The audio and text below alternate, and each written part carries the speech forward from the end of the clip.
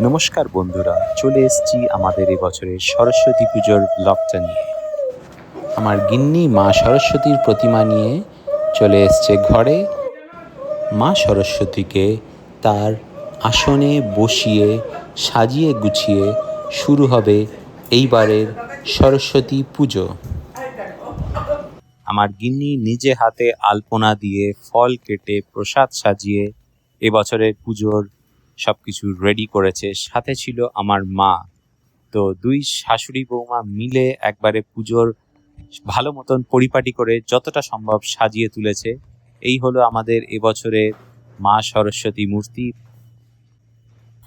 পাশেই রয়েছে বিদ্যার দেবীর জন্য কিছু আমাদের বই এবং আমার অফিস ল্যাপটপ। বিদ্যার দেবীর আশীর্বাদ যাতে আমাদের ওপর বর্ষায়। তো এইভাবে শুরু হলো এবার আমাদের পুজো। ইতিমধ্যে চলে এসছেন পুরোহিত মশাই। শুরু হয়ে গেছে পুজো। পুরোহিত মশাইয়ের পুজো এদিকে চলছে আর বসে রয়েছে আমার গিন্নি, বাবা, মা এবং আমি পুজো দেখছি এবং ভক্তি ভরে মা সরস্বতীর কাছে আমাদের প্রার্থনা জানাচ্ছি যাতে ওনার আশীর্বাদ আমাদের পরিবারে আসে। তো চলছে ইতিমধ্যে পুজো। চানন্দা ভালো মতনই পুজোটা করলো এবছরে। ইতিমধ্যেই শুরু হয়ে গেছে বিদ্যার দেবীর জন্য আরতি বন্দনা।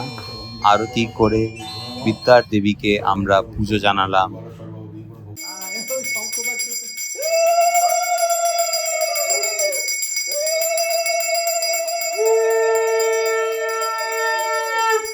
আরতির শেষে দেবীকে প্রণাম জানিয়ে পুষ্পাঞ্জলি দেওয়া হলো এবং সর্বশেষে মা সরস্বতীর পুজোর সেই মন্ত্র, জয় জয় দেবী চরাচর সারে, কুচযোগ শোভিত মুক্তাহারে, বীণা রঞ্জিত পুস্তক হস্তে, ভগবতী ভারতী দেবী নমস্তুতে।